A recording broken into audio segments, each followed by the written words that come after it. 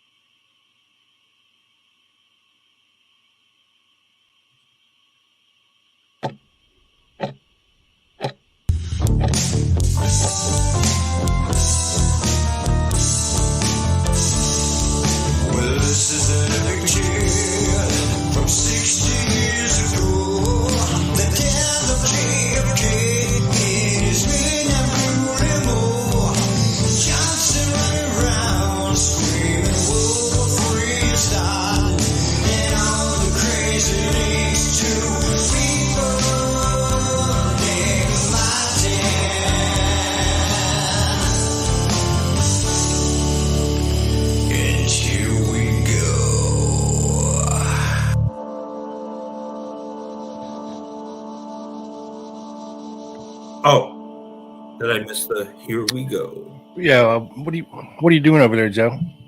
Oh, well, been prepping for the show a lot of this morning, and I am currently having a snack with my favorite hot sauce, which is, I don't know, you might have guessed it, Honey Silk Hot City. Habanero from Silk City. Yes. And I wanted to ask your opinion. So I'm having some dip and chips. Should I use the hot syrup? That's my favorite. I know that's your favorite. Or the nightmare? Well, I'm going to have to go with hot syrup, buddy. Yes. We don't like nightmares. No, we do not. But the nightmare is a very cool. I actually like it with Mexican the best, and I mix my hot sauces, so I might not only have one. I might two. Yes. Yes. See, folks, this is not just a sponsorship. We are customers as well of Silk City hot sauce. Their hot sauce is phenomenal. They source only from their freshest products. They have their roots deep in Patterson, New Jersey, also known as Silk City, hence the name. They only use glass bottles to bottle, so you don't get weird flavors. So, if you like your hot sauce, like Big Bad Bob's likes his women, hot and spicy, but not so hot you can't eat them, then go get yourself some Silk City hot sauce. Follow the link in the description for 20% off your entire order. Enter the code GUNMAN at checkout. You won't regret it. So thanks again, Silk City hot sauce, for sponsoring the show. Yes, it is very good stuff indeed. And, I ordered a few bottles, to support Rob when he first had them as a sponsor. And I really love it. I mean, everyone has their different tastes of hot sauce. And, but like I said before, the honey habanero, so good. And it's great on eggs and omelets. And Ashley's roasting you. And I know, Ashley. And any handlebars. No, but if you would like to send me some, I will maybe use them, although I don't plan on riding a scooter anytime soon. Maybe, actually, so I had a thought. Next year at Lancer, which we have been invited to already, when we go, I'm going to conquer the scooter and do a scooter ride in front of whatever hotel and not fall on my ass, because Big Bad Bob, in one of his earlier statements, or actually one of his recent Lone Gunman shows, but before I joined, talked about how he was scootering around Dallas. And I'm like, how the hell did Big Bad Bob not fall I rode a scooter from downtown Dallas to Deep Elam, which is a good couple miles, and didn't fall once. How? Why? I'm graceful. I mean, I don't know what to tell you. You do have a lot of grace. But anyway, when this thing happens in Dallas next year, people, bring your cell phones, please, and we'll have a whole new intro to the show. Anyway, welcome to the show. This is episode number 266 of the Lone Gunman podcast, and it's called the Watergate Martins, because there were some pretty notorious ones that you've heard of before. And we're going to get into all that here in the show today. So, Joe, if you could, kick us off, my friend. All right. So, of course, you have to give me a second here. But as Rob and I were into our Martin journey, which lasted a little over a year, we discovered, and we kind of touched on this last episode, that Eugenio Martinez had Martin alias, a J Martin alias to be specific. Actually,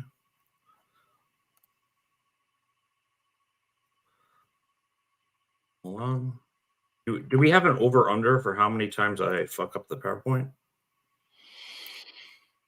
I'll give it at least 4-1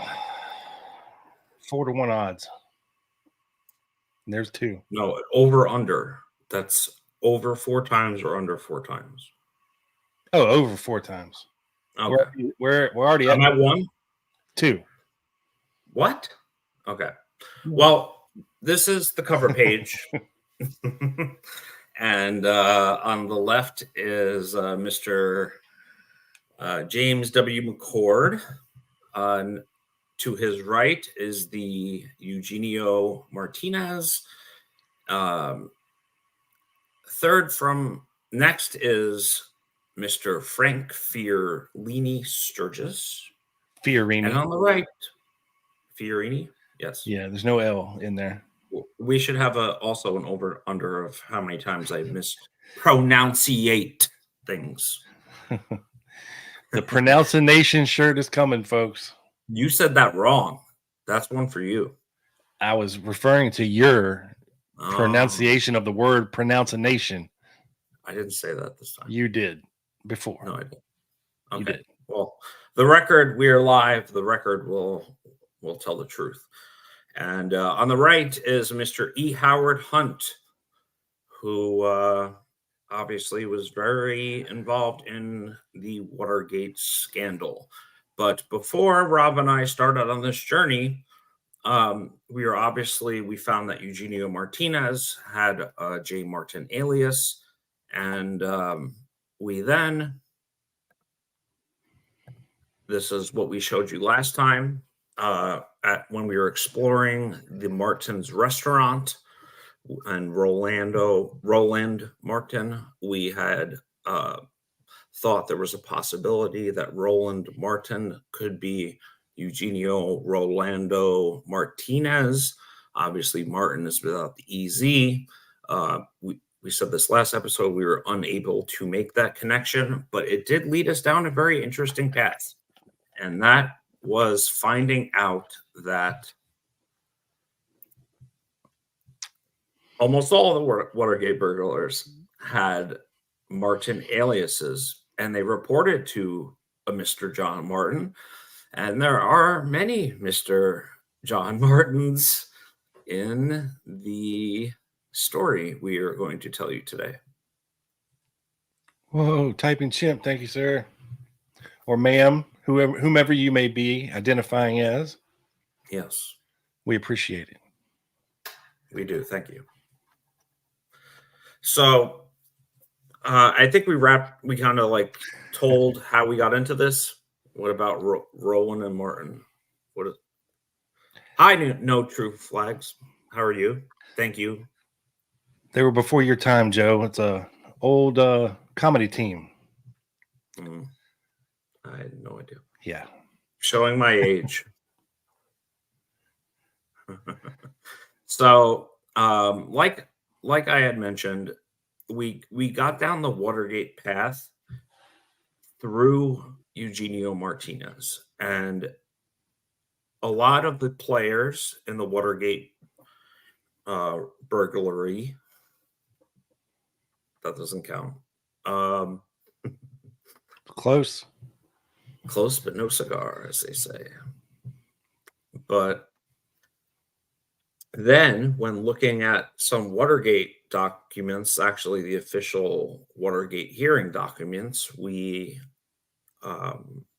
realized that it wasn't only Eugenio Martinez that had a Martin alias. It was a lot of people, and we were going to get into that. So the first thing I'm going to share is you've seen this before. Oh my God, here we go. Twice. That's 3 times. No, that's 2. That's 3. Okay, hold on, because Jack, thank you, sir. Appreciate it. Thank you, sir, Jack. And just Sir for future, Jack Martin, future reference, the chimp is all man. The chimp is all man. Yes. Interesting. Okay. Well, thank you, sir. We appreciate your consistent support. So I'm bringing this up now. This is a document I think we showed last time. This is from, I believe, 1972. And this is the FBI trying to figure out if Eugenio Rolando Martinez used the John W. Martin and John P. Martin aliases while checking into some hotel rooms in Florida.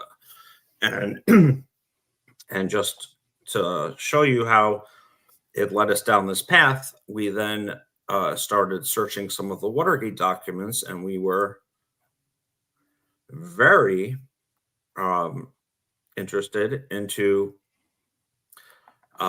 to find that Mr. James W. McCord, who is a very hot topic these days, had an alias of Edward J. Martin, and it was given to him by Mr. Hunt, and Rob will expand on that. Is E. Howard Hunt. Rob will expand on that later. I guess Mr. Hunt gave, according to McCord, his Martin alias, but I think he might have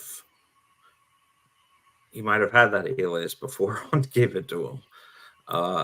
And this is just another corroborating document, as James W. McCord Jr., as Edward J. Martin. So we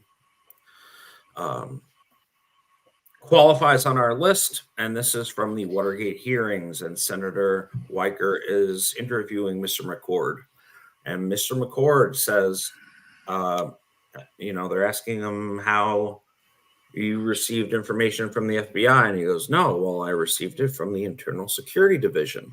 I do not believe the FBI was aware of that. And from what individual did you receive the information? Asked Senator Weicker. I believe it was through the chief of the evaluation section, Mr. John Martin. Okay. I'm sorry, I did not hear that name. Mr. McCord, John Martin. John Martin was your contact. Yes, sir. And so we have another Martin who is in the Justice Department, in the chief of the evaluation section. And I'm going to stop sharing for a second so we could just kind of dive into that and talk about that for a sec. I don't know. Tell us what's going on here, Rob. I would say that there is a lot of what we call fuckery going on here, with people using the alias of J or John Martin and people above them in the CIA using the name John Martin. Or this could be McCord giving up the alias of E. Howard Hunt, or just throwing that name out there again, because McCord was told specifically to give the name John Martin if he was caught by his lawyer. So there's a lot of Martining happening here, folks.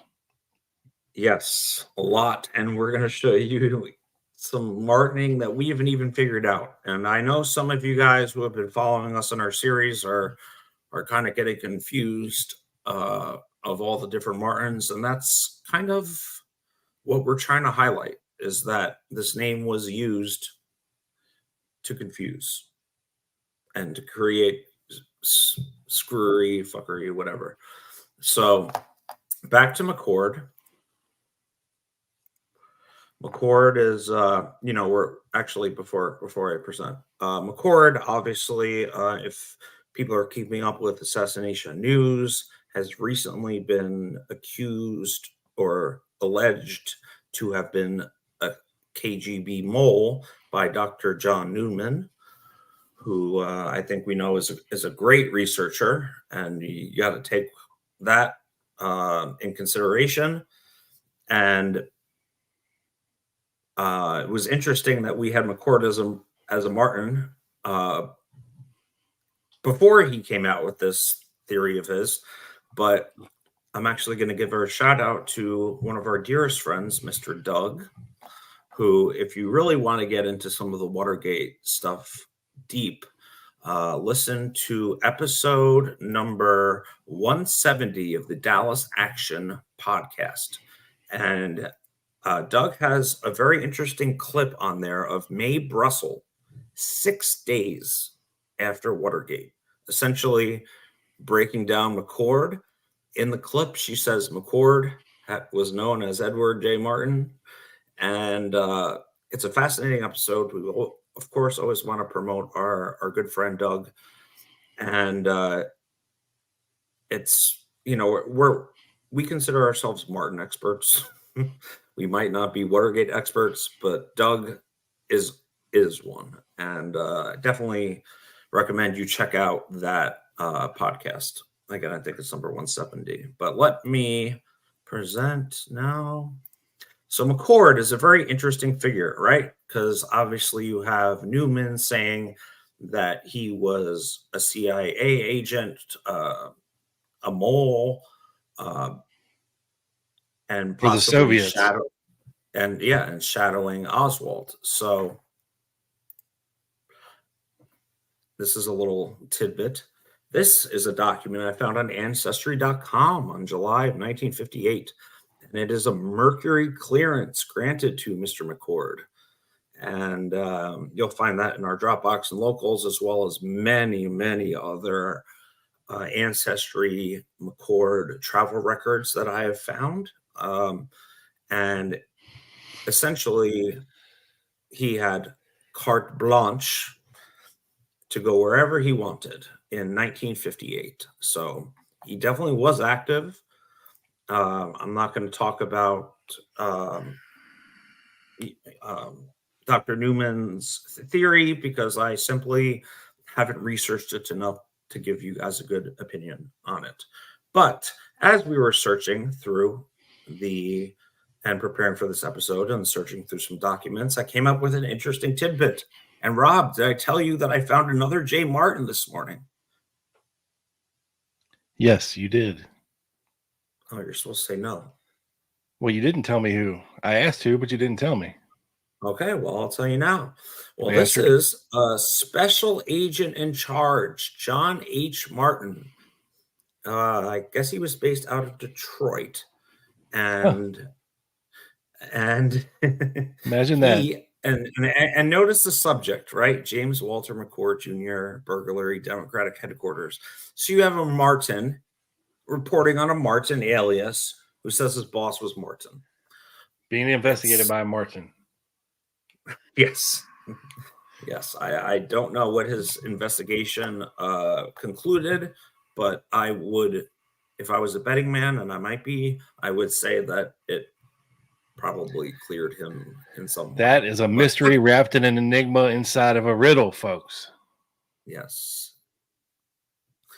So that's very interesting. And I just came across this morning that some John H. Martin is reporting on the burglary of McCord, another CIA agent. This guy is obviously an FBI agent. And reporting on the what? Reporting on the what? The burglary. Fuck you. Burglary. God damn it. I love you, but sometimes I don't. Hey, this is a family show, Joe. Come on. Yeah, I know. So this is something we found. This was in our Lancer presentation. And this was a document signed by John Martin, who is the acting D, which I believe means director, DCI/IC. Rob, I think you found this if you want to expand on it. I did. Okay, so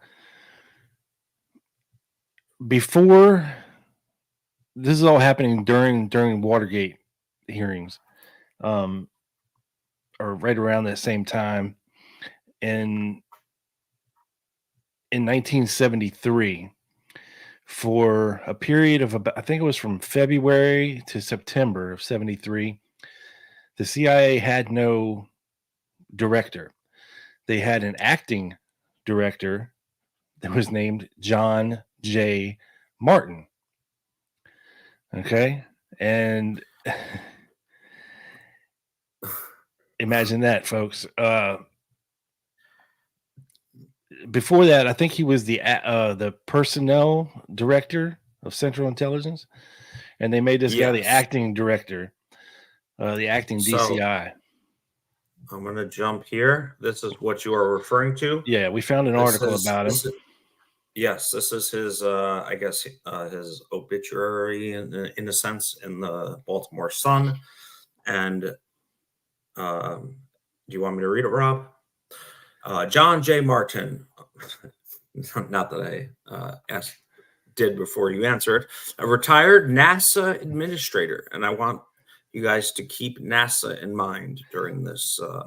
Yeah, and real quick, Joe, I'd like to point everybody back to the Lone Gunman episode called Cherry on Top about Dante, was it Maraschino, who was a buddy of David Ferry's, who worked at Raleigh Coffee Company, who then went on to work at the NASA plant in Michaud, New Orleans. And he raised a big stink about not getting promoted at this NASA place. And I came across a ton of documents of his correspondence between people that were working at NASA, and John Martin was one of them. So again, full circle loop between all of these characters.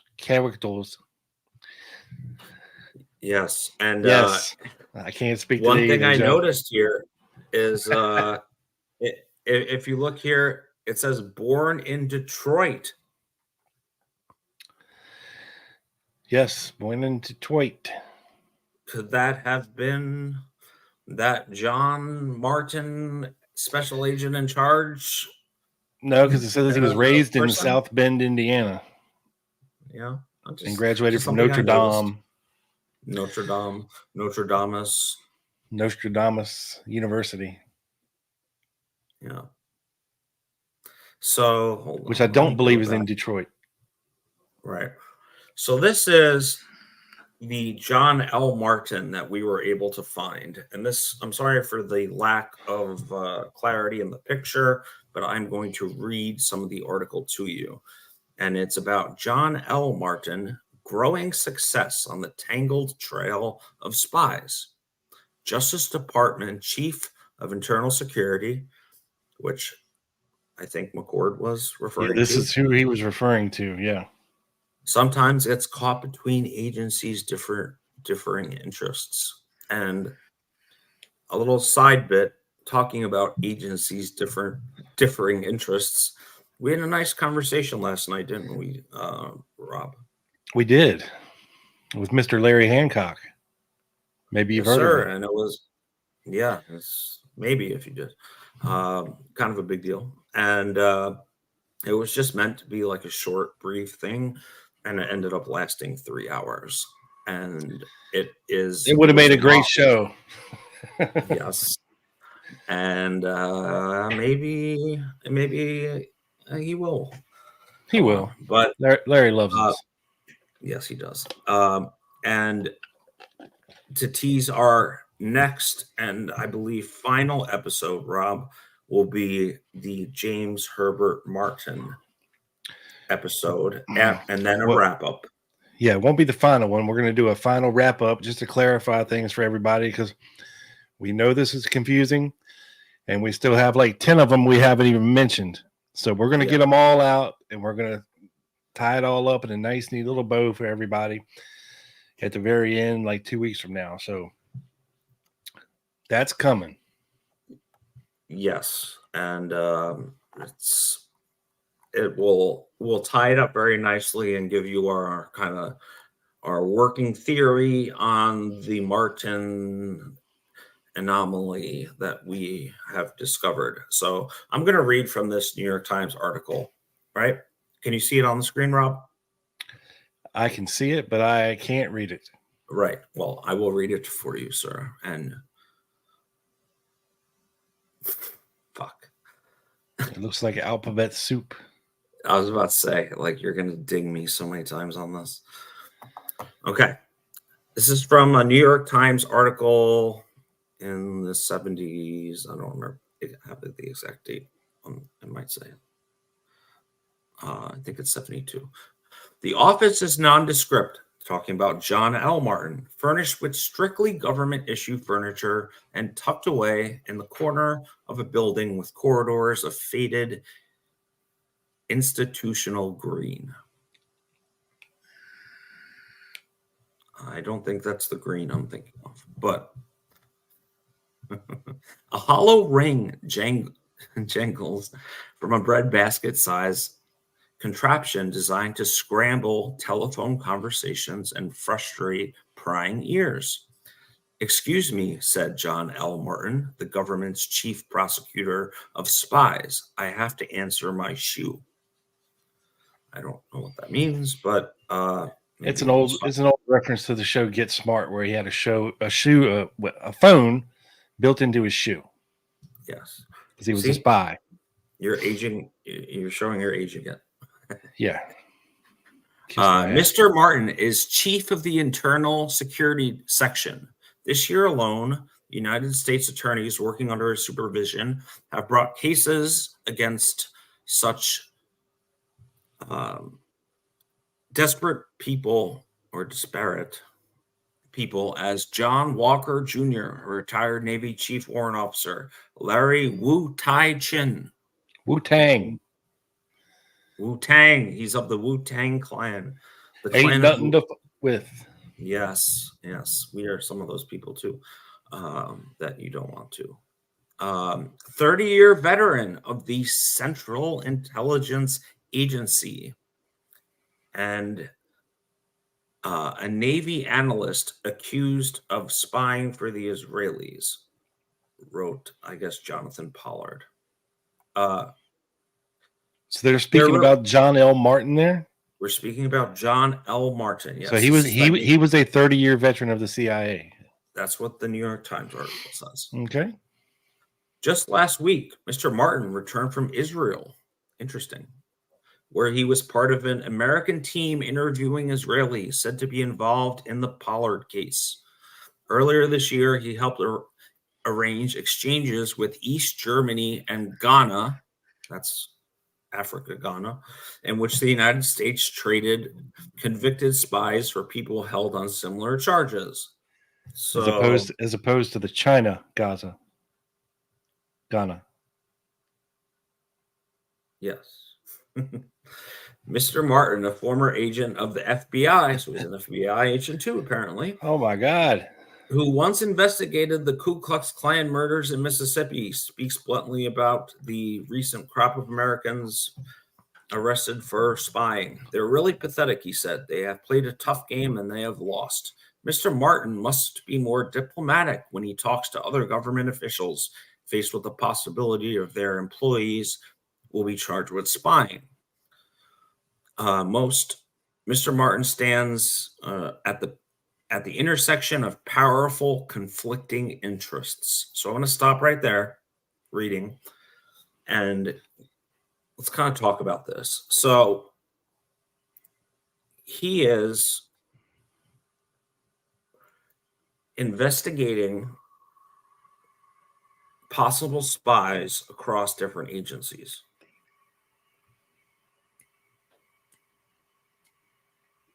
What?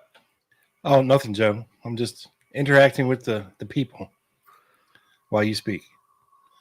So let me get this straight, Joe. We have this John L. Martin guy. He's a 30-year veteran of the CIA. He is a former FBI agent. He's a prosecutor who goes after spies, who is an expert on the extreme right wing and people like the Ku Klux Klan. Wow. And he's also traveling overseas in a diplomatic capacity to gather information. Yes. And this is, again, they're talking about John L. The obituary we showed you before was John J. So we have some messing with the middle name here, and I'll show you. And of course, we have the H. Martin, the John H. Martin. So we have 3 different Martins here we're talking about. I know. Believe Believe me, Confused yet? So yeah, are we. we're still confused. So don't worry. So there happened to be a Brigadier General John L. Martin, and this is Another John L. Martin, but this guy's yes. junior. This is a junior, yes, but he was a Brigadier General for the United States Air Force, but also space systems, right? So I think this is the same guy that worked for NASA that they say, you know, I guess he was a man of many trades. We're still trying to figure this out. I mean, I don't think it's the same guy, Joe. That was John J. Martin. This is John L. Martin Jr. But both worked for NASA or in the space programs. Well, this doesn't say he worked for NASA. I mean, if you're working in the Air Force, they have a space division, right? Now called the Space Force. Yes. But I like that. I love that name, by the way. Yeah, it was always, when the Space Race started back then, there was always a division of the United States Air Force, the Office of Space Systems, right, in charge of rocketry and satellites and all that jazz. Mm-hmm. So the next document I'm going to show you is concerning the Watergate investigation. Reports on April 21st, 1973. Departmental attorneys John L. Martin. So that's the guy. Well, the 30-year veteran of the CIA, the prosecutor, the FBI agent. Yeah, that's the same guy. And an attorney. A man of many trades, I guess. And it has reference to McCord's assistant, the CRP, which was the acronym for that, and that's how he and some of the other, that's how the burglars were paid, through the CRP, which is eventually what screwed Nixon over. But we showed this. This is the John Jay, the retired NASA administrator, deputy director of the intelligence agency. This is something, this is a long bio on John Landrum. We have his middle name now, but he's from Carolina and not Detroit, and World War II vet. Well, this is the Brigadier General guy, right? Yes, this is promoted to the rank of Brigadier General in 1963. Was reassigned. So this is different than the Detroit guy, and yes, technically. Well, technically means yes. Yes, technically. Yes, technically. Yes, and was reassigned the NRO Program A, which was shown in one of the previous documents we just displayed. El Segundo. Yes, and so there's a really weird thing going on here with the middle initial especially, but we have a John H, we have a John L, and we have a John J. Now, did the Baltimore Sun make a typo and put J instead of L? Was there a John J? There is another John J. Martin, of course, Jr. That was the postal worker. Is that correct, Rob? John Martin Jr.? There was a John Martin Jr., yes. Yeah, the postal worker. So, and again, this brings us all back to this craziness, which is the story of the Martins, right? Like, I get it, it's a common name, but at some point, when does it stop becoming a coincidence and become purposeful action of deceit? And we'll show. And to your point, Typing Chimp, we made this same correlation in our Lancer presentation. Excuse me. Where it's not like the most popular last name, but it's not so obscure that it's memorable, like Zigowitz or something like that. It's just kind of some middle of the road type of thing that's easily forgettable because it's common. Everybody probably knows somebody named Martin or John or James or things like that. So, as far as its use as an alias, it's a damn good choice, Mm-hmm. And there are a lot of John Martins. John is by far the most popular or the most frequent, the most common first name that came up on our list of Martins, right? What's the most common first name ever? I thought Joe was. No, it's John. Guess it was wishful thinking on my part. Yeah. But the McCord thing is extremely interesting. Newman's recent thoughts on him are extremely interesting, and we showed you how he had clearance to go anywhere in 58, and spent decades working for the IC, and of course had a J. Martin alias. So and I want to point out that Mae Brussel. I gotta give credit to Mr. Doug here because I was listening to his Watergate episode this morning. Mae Brussel, 6 days after the assassination, had this like almost figured it out. It was crazy. And she actually said that McCord used the alias of Edward Martin 6 days after Watergate. So we're talking, 1972, whatever. She was talking about people ahead of their time.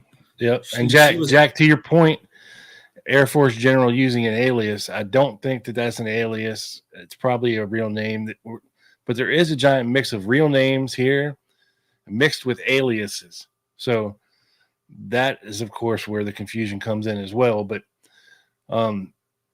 some people, this is their real name. It is John Martin, or it is Jack Martin, or whatever the case may be. But you also have it being used as an alias. And, yeah, good point too. No true flags. 2 John Martins from Minnesota with 2 JFK films is another matter. Exactly right. Exactly right. Yeah. That was our longest episode, and that was a great thing. A great episode, I thought. Really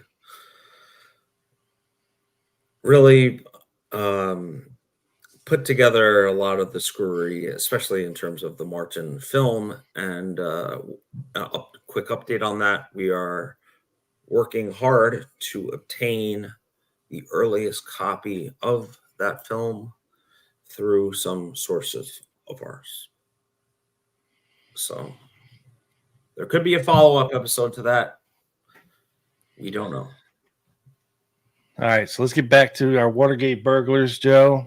Okay. Give me my slides. Sure.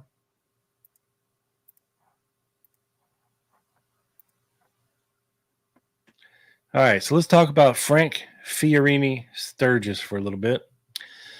Everybody knows his alleged ties to the assassination, and his alleged ties to the CIA, which they deny. So in his Watergate hearings, Mr. Auk is being questioned. And Senator Irvin says, yes, now there was a meeting most of these lawyers had, and it pointed out in the press that Mr. Sturgis had apparently CIA credentials issued in the name of Mr. Martin, I believe. And Mr. Auk says, yes, sir.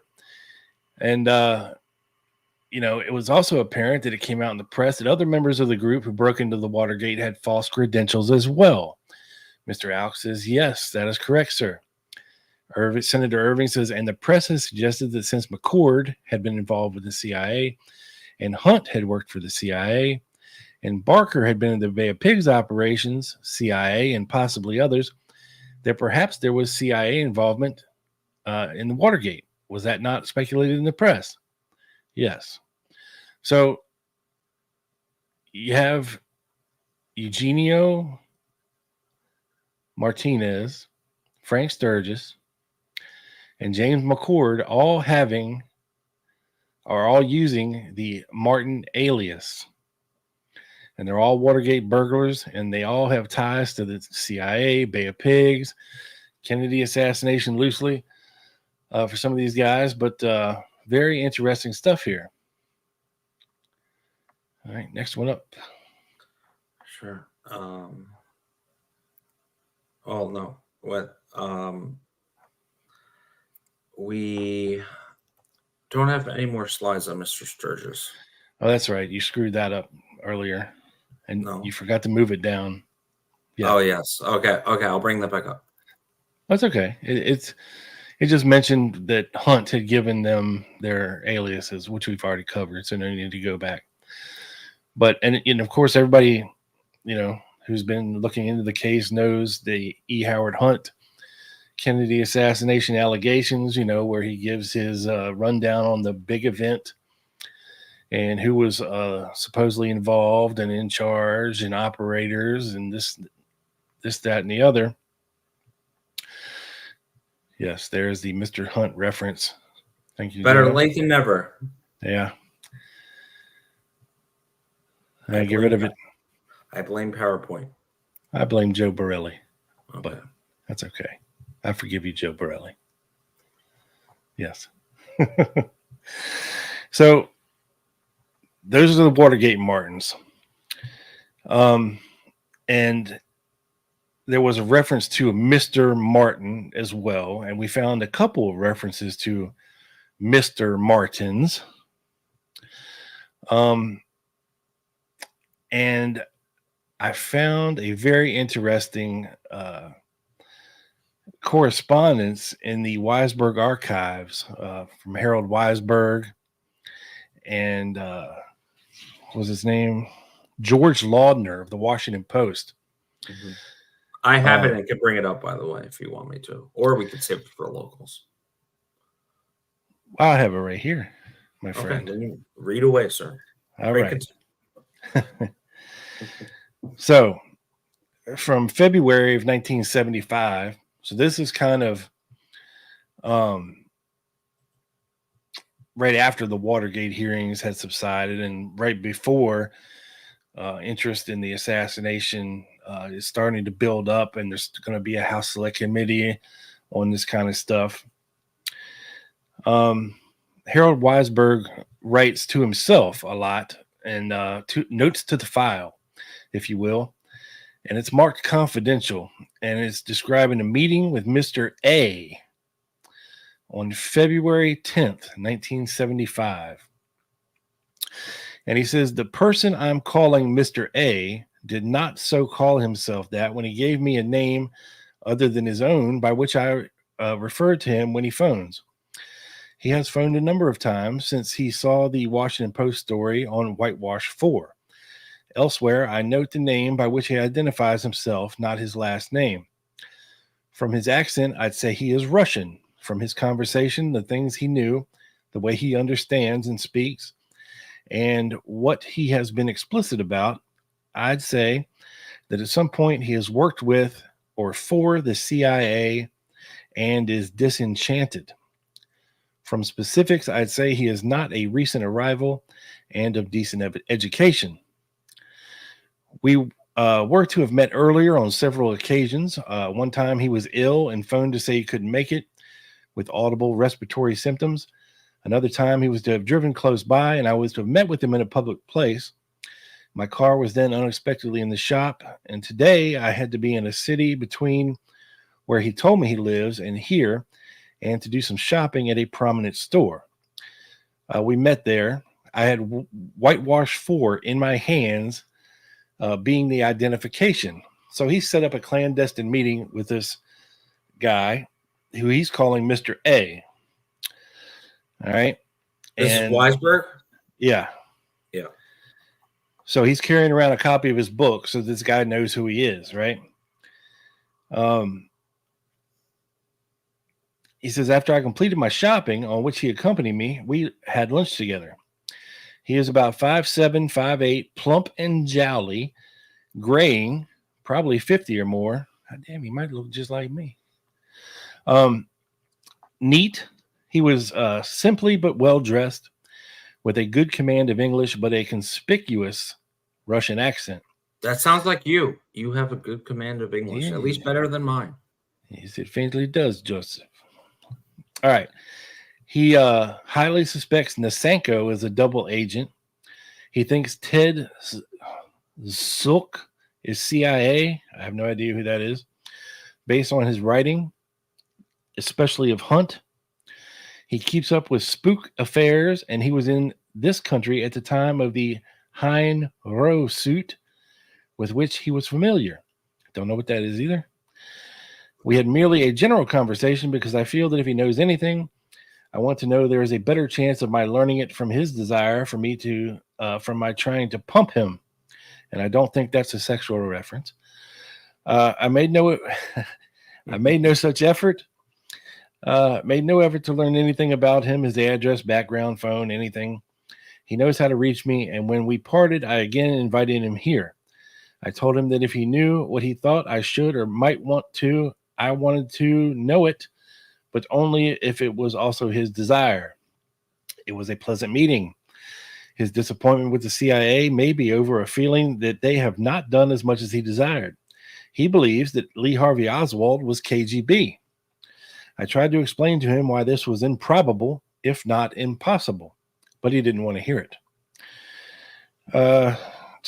He has a low opinion of the book KGB and seemed to agree with my opinion that it is an Angleton operation. He is the one who suggested I read it. It says Lee Harvey Oswald was not KGB, in parentheses. He says Anatoly Gromyko's book has about a half page on me and the JFK assassination. And while he was well dressed, he gives the impression of not being well off and of being honest. I asked him if he wanted Whitewash 4, and he said he didn't have the money to spare. I gave it to him anyway and said he could pay me when he could. He thanked me, but later he said he'd better let it wait. I then suggested that he read it, and if he had finished with it, but felt he could not afford it, to merely mail it back to me, and he happily then took it. Like, come on, Harold, just give the man the book. I mean, seriously. But anyway, okay. I've not asked questions that could disclose whether he knows what I want to know. I did tell him that my interests are limited and their limits. He says his complexion is pale, but there are many fine capillaries visible in both cheeks. So Weisberg was really eyeballing this guy. And I don't know if you can see the notation at the top. Probably not going to focus for me. Of course not. But anyway, it is marked Mr. Martin in quotations, Wheaton area. Okay. So then we fast forward 3 years. And now Harold Weisberg is writing George Laudner of the Washington Post a letter.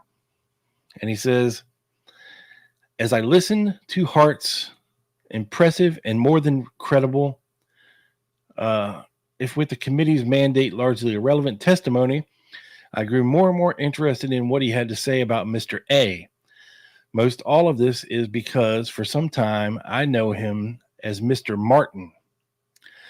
I supposed that in his commentary, Joe Voles expressed the common beliefs that Mr. X is Stone is Galitzin. If I am correct, then I have reason to believe that the CIA's paranoia had him look me up. If this interests me much, or if so, this interests me much. So I'm interested in any description of the character I can get, especially a picture of this fella. So then he goes on, and he says, on one of his calls, when he again mentioned coming here, and I believed he would not, I suggested that we meet in Rockville on a day I had to be there. And I think we had earlier indicated that he lived in the Wheaton area, Wheaton, Maryland. He liked the idea and kept the appointment. and this is Harold telling George Laudner about the first encounter that we already talked about here, but here's a little bit more detail. He says they met in Heckinger's, which down here it was like an old school Lowe's or Home Depot before there was a Lowe's or Home Depot. They had a little bit of everything, a lot of construction stuff, housewares, stuff like that. Heckinger's, yeah. He said, with whitewash 4 serving in my hands to identify me. We did some shopping together. He got some vegetable seeds, saying he had a small backyard garden, and I got a great buy and a dumping trailer suitable for use with a riding mower.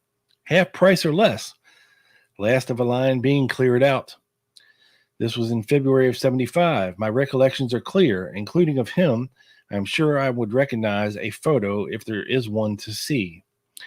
We had lunch in a joint adjoining. Say that 3 times. We had lunch in a joint adjoining Heckinger's, and that joining was all seasoned with his venom about Nasenko. The man is hung up like not even a garrison gets hung up, and it is all about Nasenko. Right, the defector. Yeah. He says, in all of yesterday's fascinating testimony, I think on part of the CIA really brilliant performance, what the committee wanted to lose got lost. This is what hung Mr. Martin up most of all. Nasenko told the FBI and KGB suspected Oswald was intended to be a U.S. sleeper agent. Mr. Martin's main effort was to persuade me that Oswald was KGB. So, and he says, thank you, your friend, Harold. So, again, don't know what to make of it. Don't know who this former Russian guy was. Could have been a former CIA, could have been a former double agent, but going by the name of Mr. Martin. Yeah. Another. So how many do we have now regarding Watergate Martins? We have the 3 that I pointed out: John J., John L., John H., Eugenio, Sturgis, McCord. We're at what, 6-ish Martins? Oh no, 7 including Mr. John, 8 including this guy. And is my math correct? Hopefully. Finance. We just wanted to kind of portray and convey how this name was just used in so many different ways, and it all seems to be connected to the same agency that is using this specific name as an alias. And we had a couple questions, Rob, too. I don't know if you saw them. I'm just going through the comments. What questions we got going on here? Oh, someone asked why would Sturgis change his name? I was up there for a little bit, but you were reading. Oh, same reason Edward Suggs changed his name, probably, to throw off the federales.